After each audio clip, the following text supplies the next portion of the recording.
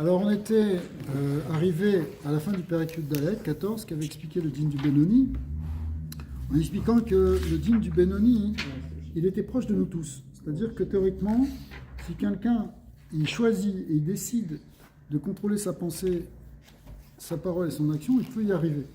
Il ne peut peut-être pas changer fondamentalement sa nature. Il conserve un Yetzer Hara, le Benoni il a toujours un Yetzer Hara. Mais en tout cas, il est capable de bloquer le Yetzer Hara pour pas qu'il s'exprime, même pas dans les vêtements de la pensée, la parole et de l'action. D'ailleurs, entre parenthèses, le Yetzer Hara, c'est-à-dire le Nefesh Abahamit, il rentre en général d'abord par la pensée. Ouais. Et ensuite, il descend dans la parole et ensuite jusque dans l'action. C'est une des raisons pour laquelle des fois on fait un éder de ne pas faire quelque chose. C'est pour bloquer le Nefesh Abahamit qui déjà envahit la pensée, on pense à la Avera. Mais on renforce un éder par la parole pour empêcher que ça descende dans le maasé. C'est pour ça que tu fais un éder. C'est un éder je me mets une barrière. En fait, c'est une barrière que tu mets par la parole. Parce que comme ça, si le Nefesh Abahamit, il a déjà pris possession de la pensée, puisque tu penses déjà, tu n'as qu'une envie, c'est de faire cette chose-là. Tu es proche de la faire physiquement, de passer dans l'action. Alors par la parole, tu bloques. Parce qu'en fait, ça vient d'abord de la pensée, ensuite ça passe par la parole, et ensuite ça descend dans l'action. Avant de faire une avéra, en général, ça nous prend d'abord l'esprit. Ça rentre d'abord dans notre tête. Et des manières de bloquer pour pas que ça passe dans le maasé, c'est d'utiliser le passage par la parole. Dire non, ça devient un interdit, et du coup, Sarah, le Nefesh Abahamit, il est bloqué. Là, on ne peut plus faire ça. Quelque chose qui est trop fort pour lui, il ne va pas passer ça. C'est juste une parenthèse. Maintenant, on va voir le Pérec Tet-Vav. Alors, dans le Pérec Tet-Vav, si on avait déjà vu un peu avant qu'il y avait quand même donc une différence fondamentale de nature entre le tzaddik et le Benoni, puisque le tzaddik, lui, c'est pas simplement qu'il bloque son Yetzer Hara, c'est que son Yetzer Hara, il l'a totalement éteint, il l'a totalement subjugué, donc il n'est pas en danger par son Yetzer Hara, il est peut-être en danger par d'autres choses. Ça ne peut pas dire qu'il n'est pas que c'est de tout repos, mais en tout cas par rapport au tikkun du Yetzer Hara, il n'est plus en train de travailler dessus. Alors puisqu'on a expliqué ça, maintenant on va détailler ça. On va détailler cette idée que qu'est-ce que ça veut dire celui qui travaille sur son Yetzer Hara, celui qui n'a pas besoin de travailler, celui qui par nature n'a pas de Yetzer Hara sur ça en tout cas, ou qui a lui au contraire ce même Yetzer Hara, pour lui ça devient une très grosse épreuve. Et celui qui n'a pas besoin de travailler parce qu'il a peut-être déjà fini de travailler. Alors le Baal HaTanya va rentrer dans ces distinctions-là en regardant dans les psukim qui font référence à ça dans les versets. Ça va nous permettre à nous de nous situer par rapport à ça. Donc on est dans le Pérec Tet-Vav, page 40 dans les Tanya. Yuvan, ou basé Yuvan, Mashekatuv, ou Shaftem, ou Reitem, Ben Sadik, le Racha. Vous viendrez et vous verrez la différence qu'il y a entre le Tzadik et le Racha. Ben Oved Eloki, la Asher Lo Avdo. La différence qu'il y a entre celui qui est un serviteur de Elohim, qui est un travailleur pour Elohim, et celui qui n'a pas servi, qui n'a pas travaillé. Les gens, ils ont travaillé sur une Mida, ils ont travaillé sur un Yetzer Hara, donc ils n'ont pas travaillé dessus. Il y a des gens, même sans travailler, naturellement, ils n'avaient pas le problème. Ça n'a jamais été porté vers ce Yetzer Hara. D'autres, pour arriver au même état que cette première personne, il va falloir qu'ils travaillent très dur. D'accord ? Parce qu'eux, ils sont pleins dans ce Yetzer Hara et c'est très compliqué pour eux d'arriver à s'en séparer. Donc, il faut distinguer, en fait, celui qui doit faire un travail de celui qui ne doit pas faire un travail. Et pourquoi il ne doit pas faire un travail ? Est-ce qu'il ne doit pas faire un travail parce que finalement, ça ne s'est jamais présenté, ça ne s'est jamais éveillé, ou il doit pas faire un travail parce qu'il a déjà détruit cette chose-là. D'accord ? Alors, on va voir ça. Shaefresh ben Oved Elokim le Tzadik, quelqu'un qui est un Oved Elokim, c'est pas le Tzadik. Parce que chez Oved, ou la Shon Oved, c'est écrit au présent, c'est un serviteur de Dieu, quelqu'un qui est en train de servir Hachem. Shube Emsa Avoda, il est en plein milieu du travail. Chez Amil Chama Ima Yetzer Hara. Donc au fait, il est dans une période de sa vie, on va dire comme ça pour essayer de mieux comprendre, où il est dans une vraie guerre avec le Yetzer Hara. Les Gaber Alaf, il doit essayer de le gagner. Pour les Garsho Me'er Aktana, il doit le chasser de cette petite ville. Rappelez, la petite ville, c'est le corps, parce que que Sarah il s'est incrusté dans le corps, il a pris toute la place là. Il faut arriver à le rechercher, à le chasser.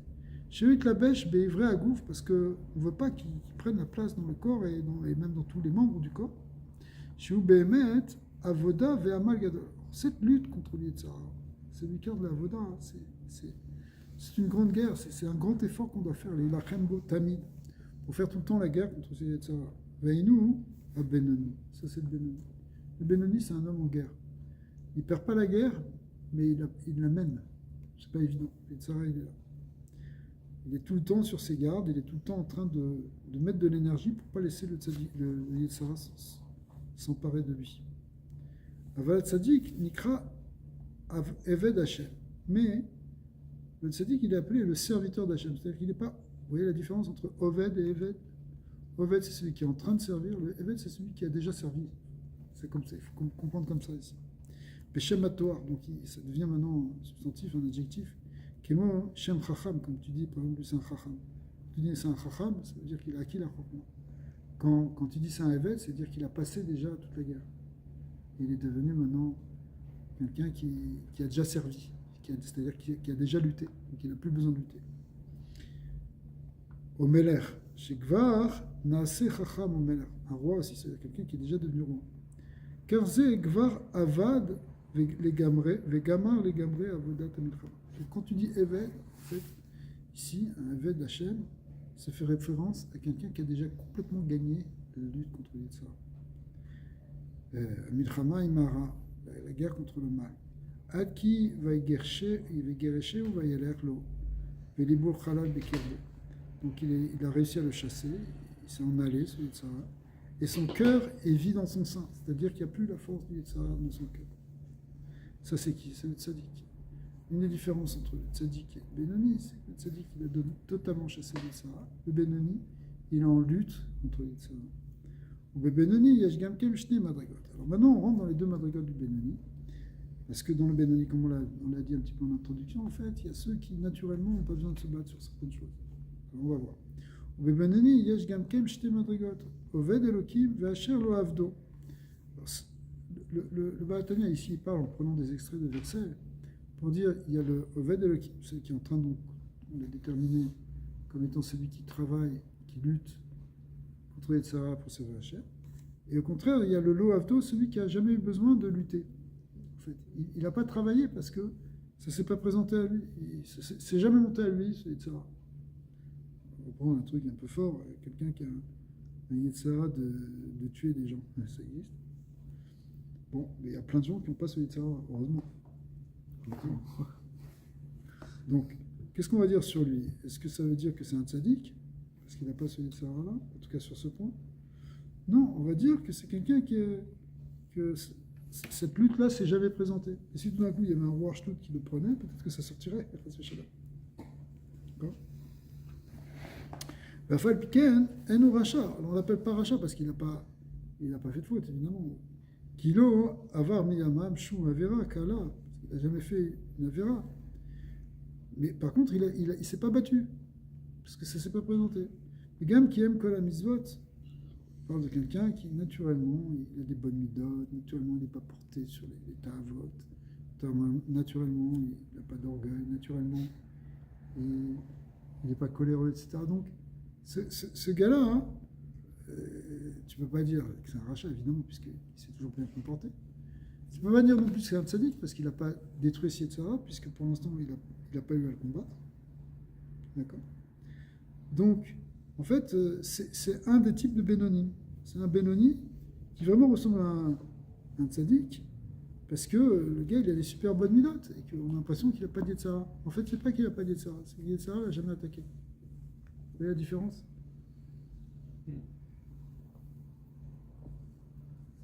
Le tzaddik, c'est quelqu'un qui est allé beaucoup plus loin, qui a déraciné le Yetzara, qui a détruit.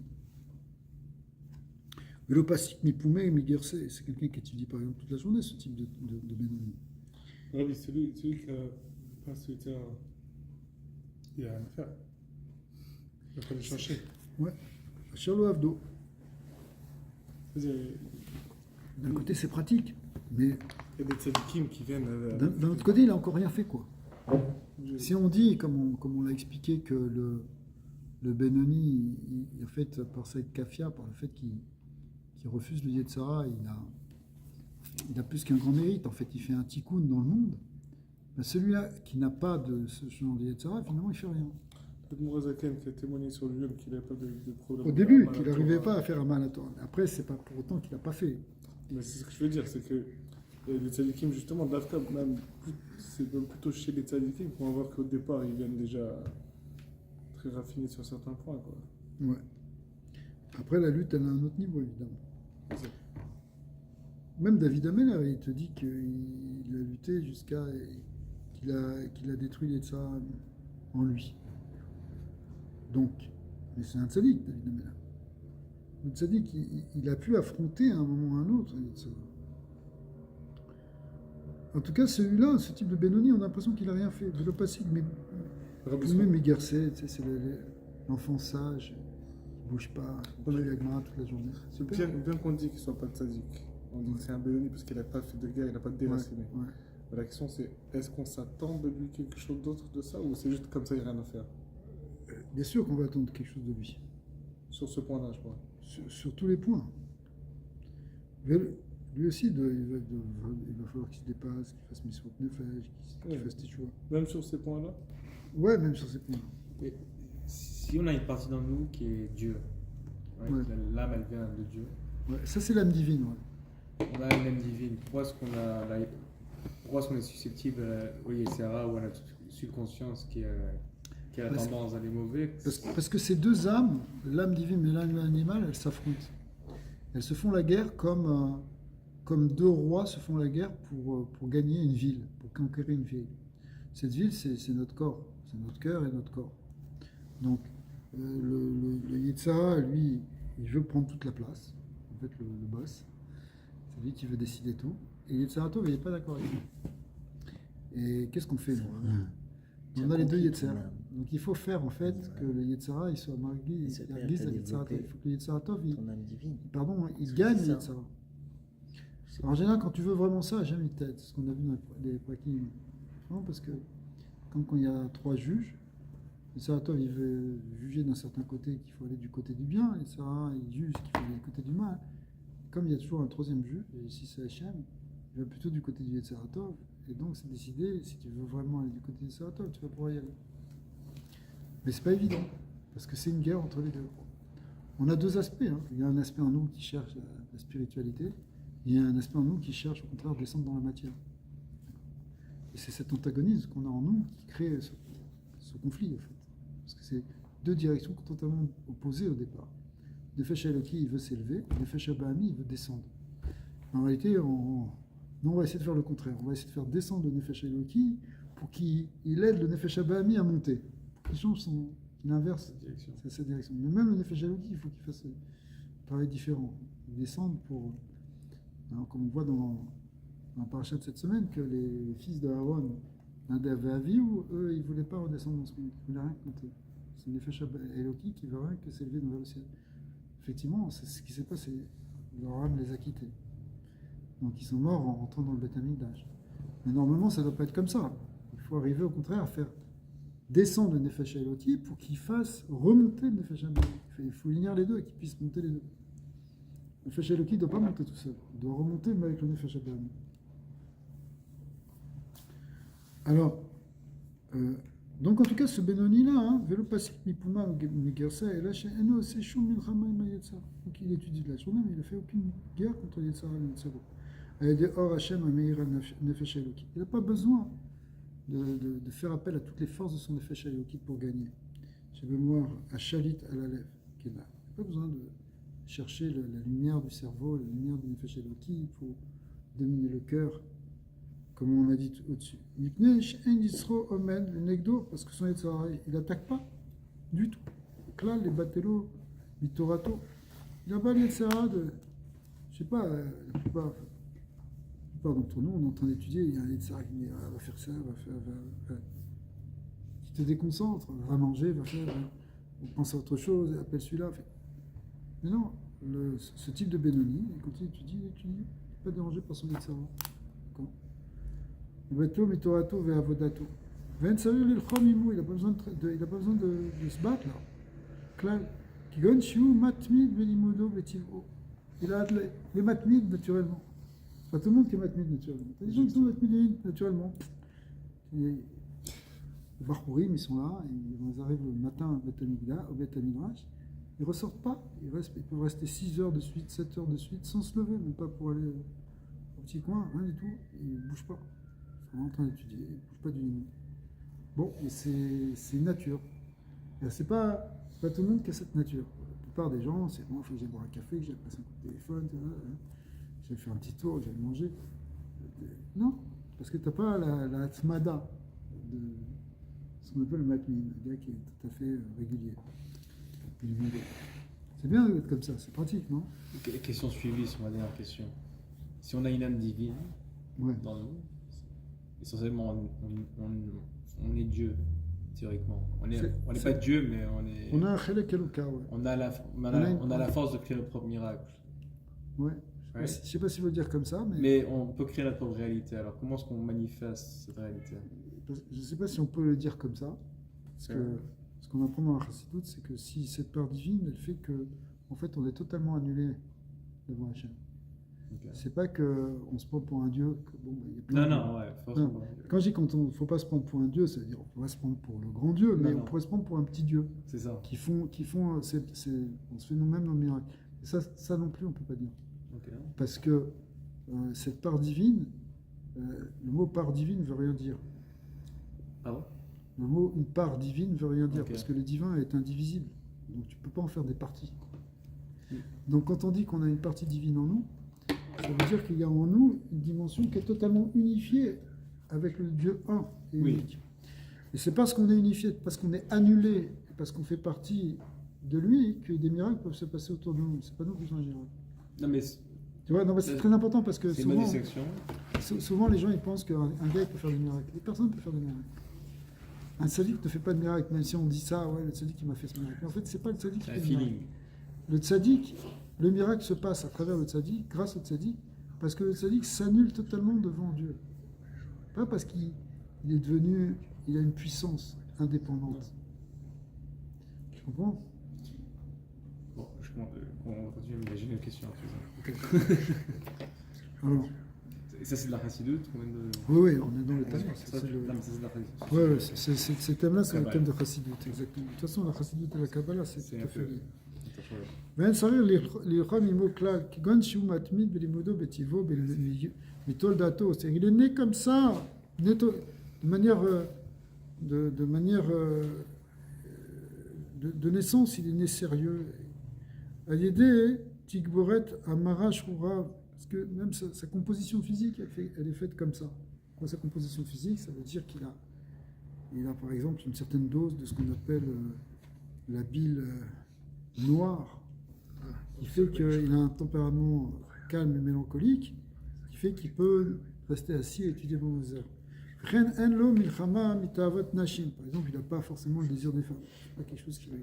Est-ce que la bile noire, c'est comme une expression? La bile noire. Non, c'est ouais. Alors, je sais que il y a la bile. Ouais.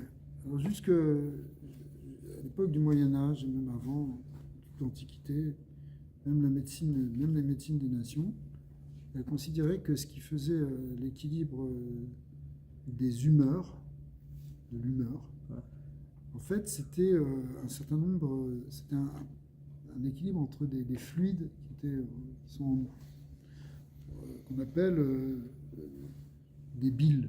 En français, ça s'appelle bile, pas des biles. Mais ça s'appelle des biles. Alors, on distingue en général dans les vieux livres de médecine, on distingue, mais qui prennent leur source aussi dans la Torah, 4 sortes de biles. En hébreu, on appelle ça mara, les biles. Alors, il y a la mara shora, la bile noire, la bile rouge, la bile blanche et la bile verte. Ouais. Donc maintenant, à quoi ça correspond exactement dans le corps? Peut-être aujourd'hui, on parlerait plus en termes d'hormones. On dit, ah, celui-là, cette femme, elle est nerveuse en ce moment. Bah oui, c'est la ménopause, elle a tel ou tel type d'hormones. D'accord? Donc ces hormones-là, c'est aussi des fluides, si vous voulez. c'est des liquides qui sont là, Ok. qui sont produits par des glandes. Et donc en réalité, c'est maintenant la manière moderne de définir les choses. Mais on sait que si tu veux, l'humeur des gens, elle ne dépend pas simplement du fait qu'ils ont reçu une bonne nouvelle, ou qu'il y a du soleil, ou qu'il y a de la pluie. Ça dépend aussi d'un mécanisme intérieur. Alors, c'est pour ça que les gens, ils ont des hormones ou des biles qui les portent plus à être calmes. Et même quand on dit la bile noire, en grec, ça se dit, noir, ça se dit mélanos, et la bile, ça se dit kolos, et ça donnait en français la mélancolie. La mélancolie, ça veut dire exactement la traduction de Marashmora, la bile noire. Ouais. Parce que, encore une fois, c'était quelque chose qui était dans toute la médecine de partout. Alors, si quelqu'un il a plus de bile noire, maintenant, je ne sais pas exactement à quoi ça correspond, mais on sait par exemple que la rate, elle crée des choses. Quand quelqu'un, on lui fait l'ablation de la rate, alors son humeur, elle n'est plus la même après. Même chose si quelqu'un, on lui enlevait la thyroïde, il peut y avoir ça peut jouer, d'accord?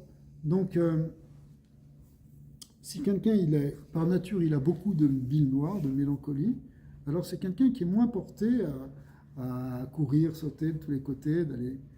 Quelqu'un qui, au contraire, aura de la bile blanche, qu'on appelle Mara Levana, eh bien lui, c'est quelqu'un qui, son caractère, c'est plus quelqu'un de joyeux. Dans le Beth Midrash, celui qui a la bile noire, tu vas le voir assis dans son coin, il va pas, même pendant la pause, il va continuer à sortir un livre, il ne va pas bouger la tête, il ne va pas regarder, il ne va pas trop parler avec les gens. Celui qui a bile blanche, bon, il étudie 5 minutes, après il faut qu'il aille parler avec celui-là, qu'il aille faire une blague avec l'autre. D'accord ? Pourquoi ? Parce que c'est sa nature. C'est sa nature presque physiologique. D'accord ? Et donc, dans cette nature physiologique, ça le porte à être de telle ou telle tendance. Donc, tu vois quelqu'un qui, toute sa vie, il a étudié, mais en réalité, c'est parce que c'est glandulaire. C'est à cause de ça. Alors, qu'est-ce qu'il a fait ? Je veux dire, est-ce qu'il a un mérite pour ça ? Est-ce qu'il a lutté pour ça ? Il n'a pas lutté pour ça. Il est né avec cette chose-là. Mets-lui un autre petit équilibre d'hormones et tu vas voir comment il va fonctionner. Je ramène sur ça, tu parles de très rapide. Je ne vois pas du tout le Benishra dans la paracha où on parle. Je pense que c'est que tu prends une grande pierre et une petite pierre, fossé. Ouais. Il parle de retarder la On paraît quitter de ces. C'est dit que c'est chez nous qu'on passe avec de ça.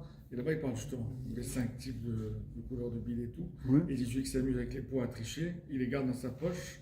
Il barre des poches et ça, il a dit qu'il va créer un débalancement dans son. Ah ouais, Il fait tout un lien incroyable par rapport à ça.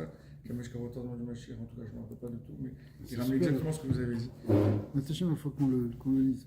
Comment ça fait? Alors, par exemple, cette personne-là, naturellement, il n'est pas porté vers les désirs des femmes. Mais il a une nature froide. C'est pas quelqu'un qui. T'as des gens, au contraire, ils voient des femmes, ils commencent à s'exciter. Vechen Bechar, Ta'anugé Olamazé.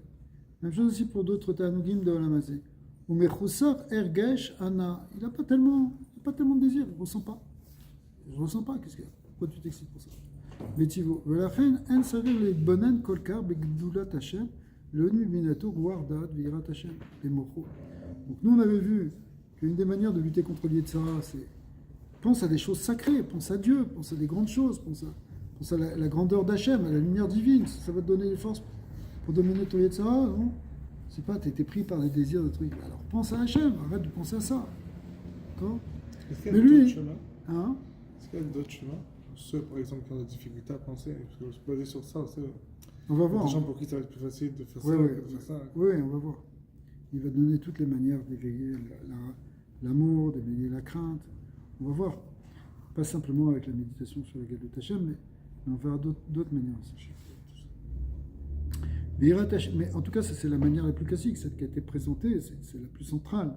C'est la base, tout le lien de la Tfila est basé là-dessus, de méditer sur Hachem pour faire grandir nos mochines, faire grandir notre conscience, faire grandir la lumière dans notre cerveau et ensuite avoir la force de mettre ça dans notre cœur et de mener notre etc. Mais pour lui, il n'a pas besoin de ça. Il n'a pas besoin de faire tout ça naturellement. Il n'est pas porté vers reverser etc. L'autre, il doit faire la shelo la avor al mizvototase, ve'avat Hashem belibo. Il faut qu'il mette normalement, si quelqu'un a une nature un peu chaude, au contraire, il faut qu'il mette l'amour d'Hachem dans son cœur, les dafkabo, bekiu mitzvot, Talmud Locha, Thomas, Kelel Kula, il faut étudier toute la journée pour lutter contre l'Yitzhara. Et là, Dailo, Be'ava, Mesoteret, mais ce Benoni dont on est en train de parler, qui a une nature froide de base, qui n'a pas de Yitzhara tellement, Eh bien, en réalité, il aime Hachem naturellement. Dans son cœur, il n'y a pas besoin de faire un plat de méditation. Non, bien sûr, Hachem, je l'aime. Moi, je l'aime, je vais faire ses mitzvot, je vais faire plaisir, je suis bien. Pas besoin de sortir du Beth Midrash. Hachem Belev, Klalut Israël, Shinikro Ave Shemo. Il est comme tous les juifs, il a un amour pour Dieu, et ça s'appelle les amants de son nom. L'âme Israël, il a un amour naturel pour Hachem. L'Achenano Nikra Oved Klal. Du coup, on ne peut pas dire que c'est un serviteur, c'est-à-dire quelqu'un qui sert Hachem. Il ne sert pas Hachem parce qu'il n'a rien fait finalement. Pourtant, tu le vois, tu te dis, waouh, je rêve d'être comme lui. Mais en fait, lui, il ne s'appelle pas un serviteur d'Hachem. Qui a vazo, a mesoteret aina peolato, veavodato klal. Parce que cet amour qu'il a, il n'a rien fait pour. Il n'a ni travaillé, ni. C'est pas sa voda. Et là, Yerushatenu me'avotenu. C'est quelque chose qu'il a reçu comme nous tous, en héritage. De nos pères, c'est-à-dire depuis Abraham, Yitzhak et Jacob, ils nous ont fait hériter, la mission de Nefesh qu'ils ont eue, ils nous ont fait hériter cette capacité en fait, d'aimer Hachem naturellement. C'est comme, on pourrait dire, comme dans nos gènes spirituels, d'aimer Hachem. Tu n'as rien fait, parce que c'est quelque chose que tu as hérité génétiquement. Ici, la génétique dont on parle, c'est une génétique spirituelle. C'est comme si ton âme, elle a hérité d'une nature qui vient de la nature des Havot. Donc tu n'as rien fait pour. Donc ça s'appelle pas que tu as servi. Tu n'es pas un serviteur. Un serviteur, c'est quelqu'un qui fait un effort, c'est quelqu'un qui fait quelque chose par lui-même.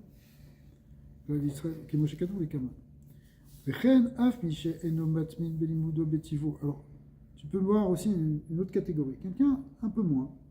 Il n'est pas naturellement porté à l'étude, à étudier longtemps. C'est difficile pour lui. Sauf que quoi? Il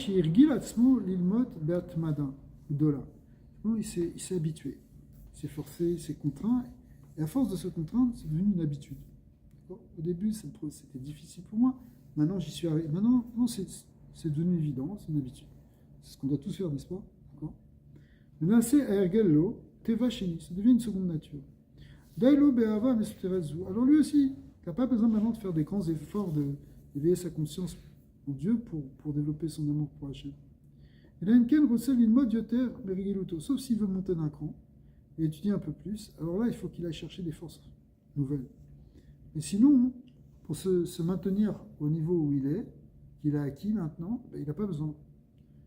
Basé, il va Mashekatov Begmara de Oved Elokim Ainu Mishe Shone Pirko Mea Amin. C'est pour ça que la Gemara dit que qu'est-ce que c'est un Oved Elokim? Quelqu'un qui sert Dieu.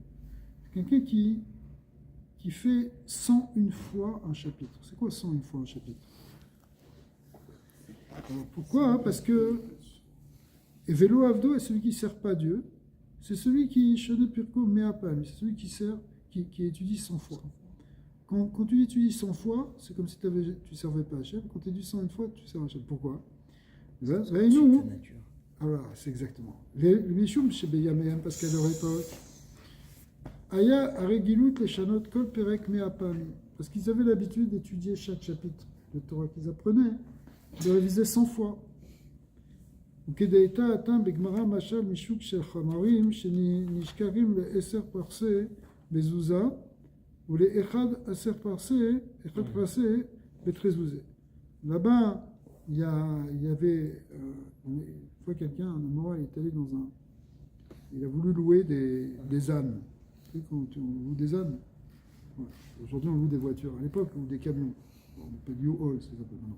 À l'époque, il louait des ânes pour porter leurs affaires. Donc, il est allé, il a dit je vais louer 10 ânes. Et il a dit ouais, bah, ça coûte un zouz. Un zouz pour les 10 ânes. Mais après, il a dit je vais en louer. Finalement, j'en loue pas 10, j'en loue 11. Il a dit si tu loues 11, ça coûte 2 zouz. C'est-à-dire comme si le 11e âne, il coûtait déjà autant que les 10 premiers. Ok? Alors il a dit, mais comment ça se fait? Il a dit, ah ouais, maintenant tu passes dans une autre catégorie. Tu sais, c'est comme dans les voitures. Catégorie C, catégorie D. Enfin, qu'est-ce que j'ai? Non, c'est une autre catégorie, vous allez payer 2 fois plus cher. 10 km, 11 Ok? km. Voilà. Vezou mipne shehu yoter merigiluta. Pourquoi? Parce que, ouais, alors, j'ai un peu mal traduit, effectivement, c'est là-bas on parle sur les parsaot, c'est pas des dizaines, je m'excuse, c'est si tu fais une certaine distance. C'est comme la même chose aujourd'hui. Mais ça revient au même. Mais la reine Zot Apam, Amea ve'echat ayetera, à la rigout chez Orgal, Menora, Kula keneget Kula. Volé al Gabéen, Beyoter Shet. Ouais. Pourquoi est-ce qu'on dit que même celui que maintenant, à son niveau, ça y est, il est habitué parce qu'il s'est forcé, il a fait cet effort-là, et qu'on dit que quelque part, à ce niveau-là aussi, on ne va plus l'appeler un Eved, on ne va plus l'appeler un Oved parce qu'il est habitué, c'est seulement s'il fait plus que ce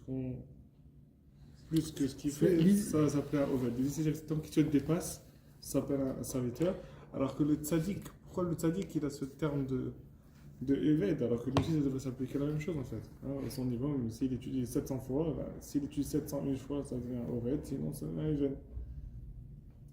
C'est-à-dire, pourquoi est-ce que le tzaddik aussi, on ne dit pas que. Pourquoi est-ce qu'on dit qu'il a déjà servi? Dans le monde de la Torah, c'est sans fin, il peut étudier toute sa vie, encore. Est-ce que tu veux dire, ta question, c'est est-ce que le tzaddik aussi est capable de dépassement ou pas? Ouais, de s'appeler un Oved. Non, si. Bon, Des choses, oui. d'abord, on peut discuter sur chaque point, mais c'est comme si à un moment, bon, le tzaddik, il a plus à se dépasser. Quoi. C'est ça que ça voudrait dire. Ouais. Il a plus de limite, quoi. Il a plus, le Yetzirah ne le retient plus. Peut-être qu'il doit se limiter lui-même pour tout ce qu'il fait. En fait, il le fait pour servir Hachem, évidemment. Donc enfin, ici, au mot servir Hachem, pas pour se dépasser, mais au contraire pour faire la volonté d'Hachem. Mais il n'a pas de lutte à faire.